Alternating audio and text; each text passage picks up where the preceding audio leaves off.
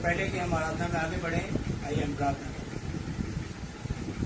पवित्र परमेश्वर पिता, आपको बहुत बहुत धन्यवाद देते हैं प्रभु इस सुंदर समय के लिए जो आपने पिता परमेश्वर हम सबको दिया है।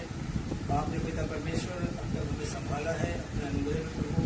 आपने हमें बनाए रखा पिता, हर प्रकार की बीमारियों से, हर प्रकार की विपत्तियों से पिता परमेश्वर आपने हमारी रक्षा की है प्रभु। आपका बहुत बहुत धन्यवाद देते हैं। ये सामर्थ्य परमेश्वर, आपसे प्रार्थना करते हैं प्रभु जी कि हम सबको पिता परमेश्वर अपनी आत्मा से भरें, अपनी बुद्धि से भरें पिता परमेश्वर कि प्रभु जी हम आपके वचन को पिता परमेश्वर जो हम सुनते हैं प्रभु जी, तो उसको पिता परमेश्वर से भली बात समझने वाले भी बने और पिता परमेश्वर आपके वचन के मुताबिक अपने जीवन को हम चला सकें। क्योंकि पिता परमेश्वर आपका वचन ही है जो पिता परमेश्वर हमें सहारा देता है, हमें सामर्थ देता है, हमें बल देता है। ये पिता परमेश्वर आपसे प्रार्थना करते हैं प्रभु जी, हमारे इस आराधना को तमाम देखने वाले लोगों को और सुनने वाले लोगों को पिता परमेश्वर सबको प्रभु जी आप बहुत ऐसे आशीष दें। सबके मनों में पिता परमेश्वर आप बातचीत करें पिता परमेश्वर और सबके जीवन में चमत्कार करें प्रभु जी। सबको पिता परमेश्वर अपने अनुग्रह में बनाए रखें। ये समर्थी परमेश्वर इस प्रार्थना को यीशु मसीह के नाम से सुनते हैं। आइए हम आज की आराधना की शुरुआत परमेश्वर की महिमा की शुरुआत से करेंगे और हम एक गीत गाएंगे, जंजीरों को तोड़ता है तूफान के रूप मोड़ता।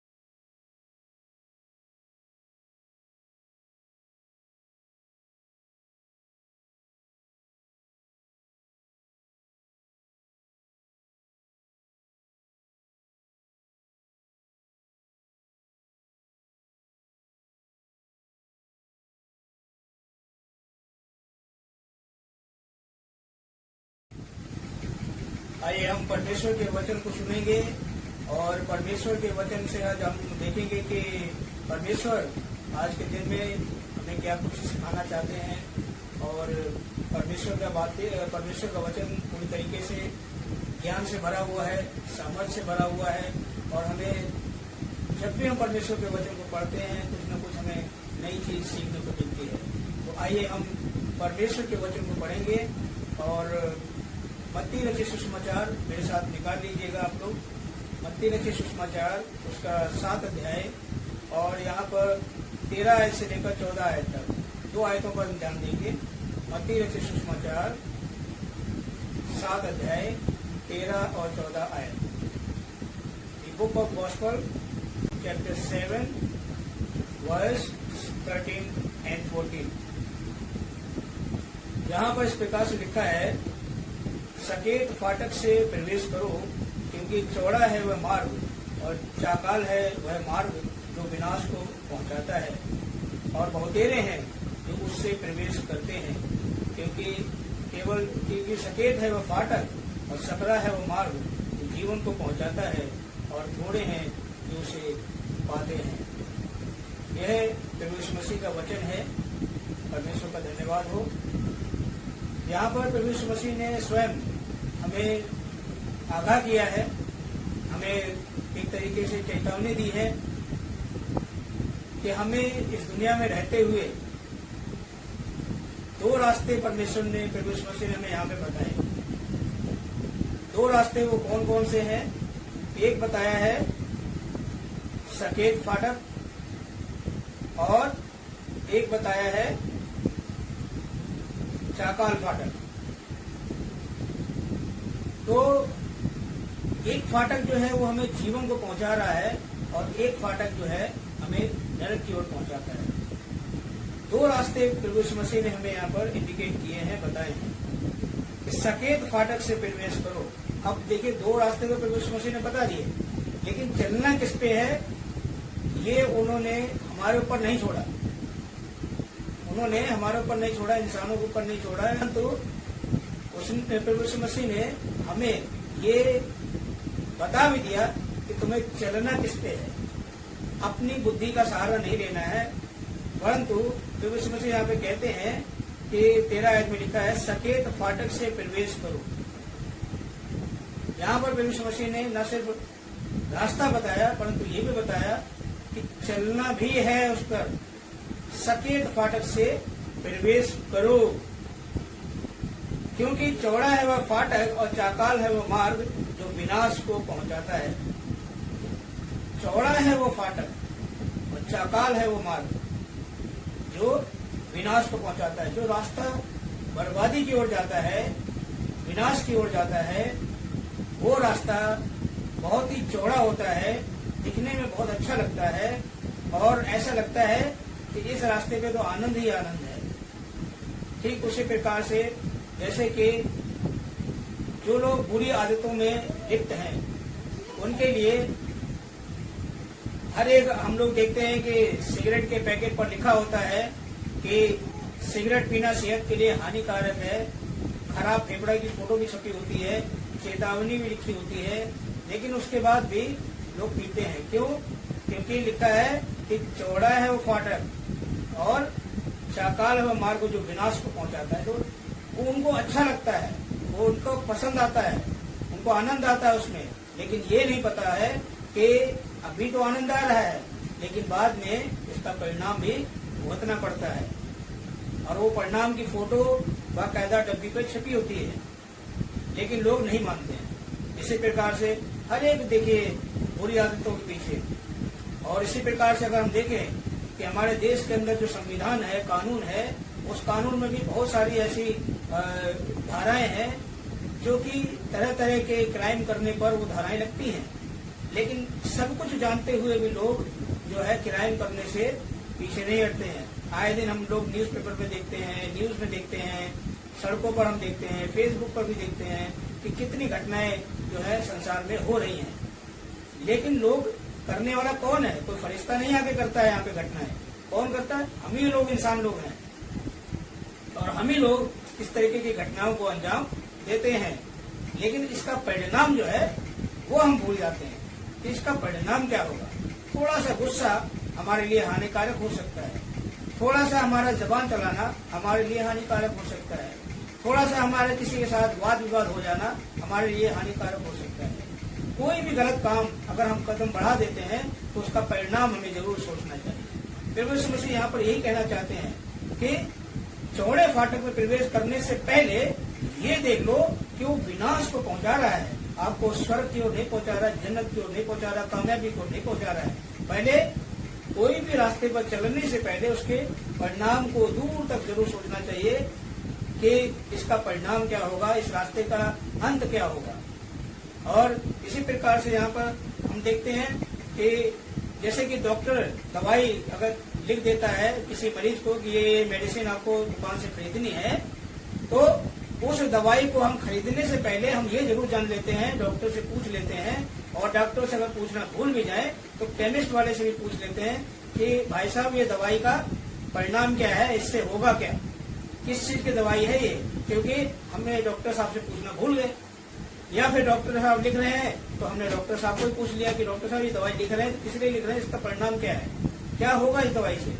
तो डॉक्टर साहब बताते हैं इसको बीच में विटामिन मिलेगी, इसमें आपको ये मिलेगा वो मिलेगा और ये सारी बीमारी ठीक हो जाएगी।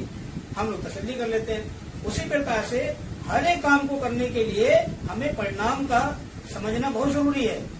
और प्रभु यीशु मसीह ने हमें यहाँ पर दो रास्ते बताए हैं। क्या बताया है कि एक है स्वर्ग का रास्ता, एक है बुराई का रास्ता, पाप का रास्ता, और जो है एक है स्वर्ग का रास्ता। तो पाप और बुराई का रास्ता जो है वो कैसा है, वो चौड़ा है, बड़ा अच्छा दिखता है।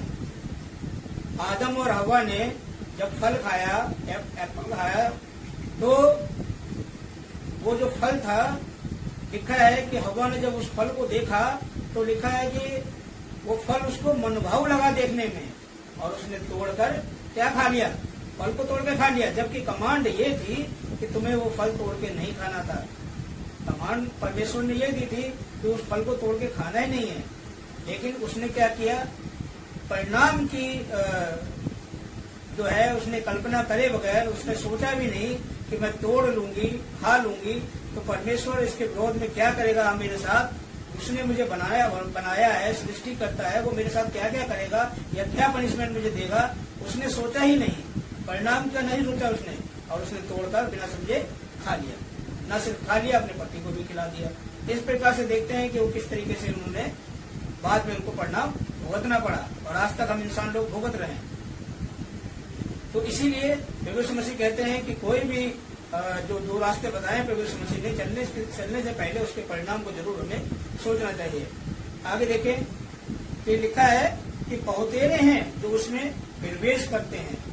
अब देखिए यहाँ पर प्रभु यीशु मसीह ने उन लोगों की संख्या भी बता दी है, उन लोगों की संख्या भी बता दी है कि कितने लोग हैं जो उस पाप और बुराई के रास्ते पर चल रहे हैं, जो चौड़ा रास्ता है।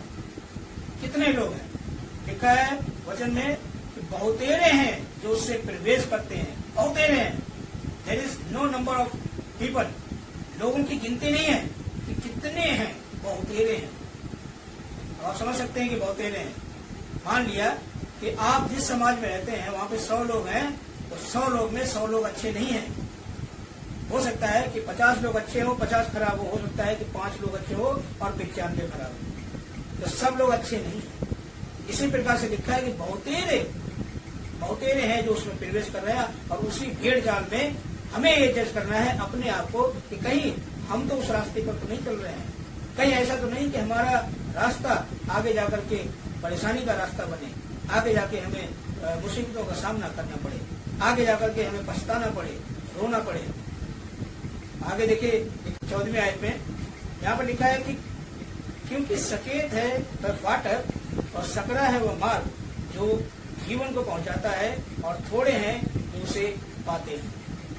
यहाँ पर देखिए प्रभु यीशु मसीह ने एक उस रास्ते के बारे में बात भी कर ली है जो जीवन को पहुंचा रहा है, जिंदगी, लाइफ। उसके लिए वो रास्ता कैसा है कि सकेत है वह फाटक और सकरा है वह मार्ग। तो ये जो रास्ता है, जीवन का जो रास्ता है, वो छोटा रास्ता है, तंग रास्ता है, परेशानी होगी, तकलीफें होंगी। एग्जाम्पल के तौर पर जब हमें भूख लगती है तो हमें कैसा लगता है, बस फटाफट खाना आ जाए, क्या बन रहा है जल्दी लेके आइए, है बहुत तेज भूख लग रही है। तो जो भूख की जो बेचैनी है उसे कौन समझ सकता है, हम ही समझ सकते हैं। तो भूख लगती है तो तकलीफ जरूर होती है, लेकिन हमें थोड़ा सब्र करना चाहिए, भोजन मिलता है। ऐसा कभी नहीं होता है कि भूख लगे और भोजन ना मिले। भूख लगती है लेकिन मिलता है। लेकिन जो कुछ पल का जो बेचैनी होती है, बेसब्री होती है, वो नहीं होती, वो हमसे नहीं हो पाती है। तो हमें सब्र करना चाहिए कि बेशक आज चौड़ा सकड़ा मार्ग है, सकेत मार्ग है, लेकिन ये भी तो देखिए कि आगे चल करके आपको जीवन मिलने वाला है, आगे जाकर के आपको कामयाबी मिलने वाली है। बहुत से लोगों की हमारे देश के अंदर भी हैं, दुनिया में भी हैं ऐसे बहुत सारे लोग जिन्होंने अपनी जिंदगी की शुरुआत जीरो से करी थी। इससे करी, जीरो से शुरुआत करी। ना उनके पास पैसा था, ना उनके पास कोई बैकअप था, ना उन्हें कोई पूछने वाला था समाज में, और छोटे छोटे काम करते करते आज उन्होंने इतिहास रच दिया। आज ही मैं एक शॉपकीपर से मैं मिलने गया, तो उसने नई दुकान खोली और वो दुकान थोड़ी कम चल रही थी, क्योंकि अभी हाल ही में उसने एक हफ्ता हुआ उसको दुकान खोले हुए। तो मैंने उससे पूछा, मैं कहा अभी आपकी दुकान तो बहुत कम चल रही होगी। तो बोला कि हाँ अभी तो कम ही चल रही है। मैंने उसको मोटिवेट किया, मैंने कहा चिंता मत करिए, रजनीकांत एक फिल्म स्टार है, रजनीकांत जी भी कभी बस में कंडक्टर हुआ करते थे, ऐसा मैंने पढ़ा है, और वो आज बहुत बड़े स्टार हैं, बहुत बड़े नेता हैं, बहुत अच्छी पर्सनैलिटी है, एक अच्छे इंसान भी है। ठीक है, तो इसी प्रकार से हर एक बड़े आदमी की जो शुरुआत होती है वो छोटे से होती है। मैंने कहा आप चिंता मत करिए, आपकी दुकान भी चलेगी, आने वाले टाइम पे आपको भी लोग जानेंगे, आपके पास भी भीड़ आएगी, कस्टमर आएंगे। ठीक है, इस तरीके से मैंने उसको मोटिवेट किया। जीवन ऐसा होना चाहिए कि लोगों को प्रेरणा दें, मोटिवेट करें, आगे बढ़ाएं, टांग न खींचे। इसलिए हमें अपने जीवन में इस बात का हमेशा ध्यान रखना चाहिए कि बेशक आज हमारे जीवन में कठिनाई है, कष्ट है, परेशानी है, चिंताएं हैं, बहुत सारी तकलीफें हैं, कर्जा है, बहुत सारी है, लेकिन कभी भी हमें अपने आप को गिराना नहीं है, हमें अपने आप को कभी मन को तोड़ना नहीं है, दुखी नहीं होना है, परेशान नहीं होना है। याद रखिए कि हमारा सहायक, हमारी ढाल कौन है? परमेश्वर। जब वो परमेश्वर हमारा सहायक है, हमारी ढाल है, हमारा भरोसा रखने वाला परमेश्वर है, वो हमारा पिता है, वो हमारा रखवाला है, हमें चिंता किस बात की? बस इसमें क्या करना है कि हमें उसके रास्ते पर चलना है।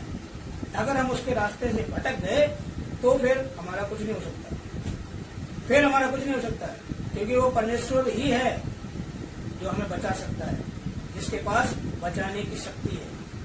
ठीक है, एग्जाम्पल के तौर पर अगर हम दानियल नबी की पुस्तक में देखेंगे तो वहां पर सदरक, मेशक और अबेदनगो, उनके ऊपर मुसीबत आई। कैसी मुसीबत आई कि राजा ने यह ऑर्डर दे दिया था कि जो कोई इस मूर्त के आगे नहीं सजदा करेगा वह 7 गुना धधकाए हुए भट्टे की आग में डाल दिया जाएगा। लेकिन वहां पर सदरक और मेशक और अबेदनगो ने देखा कि यहाँ पे कहानी कुछ इस प्रकार से है, तो उन्होंने राजा को साफ बोल दिया कि मेरा परमेश्वर मुझे इस धधकते हुए आग से बचाने की शक्ति रखता है, और नहीं भी तो भी हे राजा तुझे याद हो हम लोग नहीं करेंगे तेरी आज्ञा का पालन। और इस प्रकार से वहां पर देखिए कि जीवन उनके सामने था, जिंदगी उनके सामने थी, खाली झुकना था और तीनों को जिंदगी मिल जाती, एक की भी नहीं, तीनों को जिंदगी मिल जाती।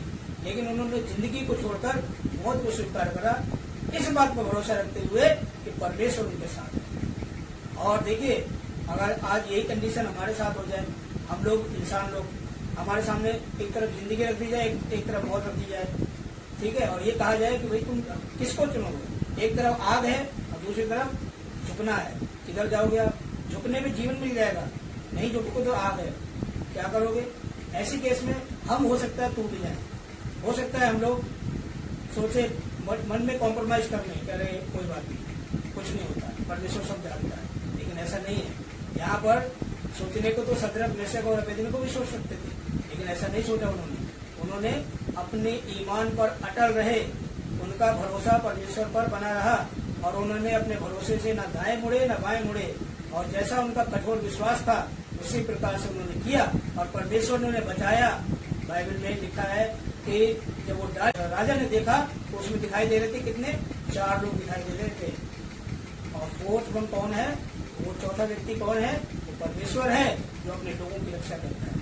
तो चाहे जिंदगी में हम कैसी भी परिस्थिति में क्यों न हो, शुरुआती हमारी जो जीवन है वो कठिनाई में गुजर जरूर सकता है, लेकिन लिखा है कि वह मार्ग सकरा है, वो मार्ग जो जीवन को पहुंचाता है, और थोड़े हैं जो उसमें प्रवेश करते हैं। कठिनाई का जो रास्ता है एक्चुअली में होता यही है प्रैक्टिकली कि लोग मुसीबत सहना नहीं चाहते, लोग तंगहाली में जीना नहीं चाहते, लोग नहीं चाहते कि हम किसी प्रकार से हर आदमी जो है ना आजकल शॉर्टकट तरीका अपनाने की कोशिश करता है। यहाँ पर तो उसमें से कहते हैं कि शॉर्टकट मत अपनाइए, हड़बड़ मत करिए, हड़बड़ में गड़बड़ होती है, इसलिए हड़बड़ नहीं करना चाहिए। यहाँ पर लिखा है कि सकरा है वो मार्ग जीवन को पहुंचाता है और थोड़े हैं जो उसमें प्रवेश करते हैं।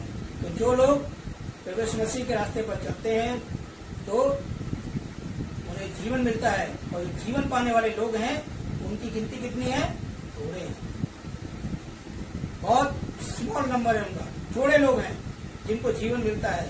और विनाश को पहुंचाने वालों की संख्या देख रहे हैं तो यहाँ पे लिखा है बहुतेरे हैं जो उसमें प्रवेश कर रहे हैं। इसका मतलब ये हुआ कि प्रभु मसीह ये कह रहे हैं कि सब लोग, संसार के लोग यहाँ पे सुन लें कि नरक में तो बहुत ज्यादा लोग हैं, नरक में जगह नहीं है, स्वर्ग खाली पड़ा हुआ है, तो जैसे काम करो इस स्वर्ग में प्रवेश करो। स्वर्ग खाली पड़ा हुआ है, थोड़े लोग हैं स्वर्ग के अंदर, और वहाँ जीवन है, वहाँ परमेश्वर है, वहाँ बड़े बड़े संत लोग हैं, वहाँ पे प्यार है, वहाँ पे शांति है, वहाँ पे खुशहाली है, वहाँ पे लोग थोड़े हैं। क्यों नहीं आते वहाँ पर? और जो विनाश का रास्ता है वो भरा पड़ा है, जिसमें दांत पीसना है, रोना है, आग है, गंधक है, चीखना चिल्लाना है, शैतान के लोग हैं वहाँ पर, तमाम अपराधी और तमाम प्रकार के बुरे लोग उसमें फंसे हुए हैं नरक के अंदर। उस नरक में नहीं जाना, बहुतेरे लोगों की तरह नहीं बनना हमें।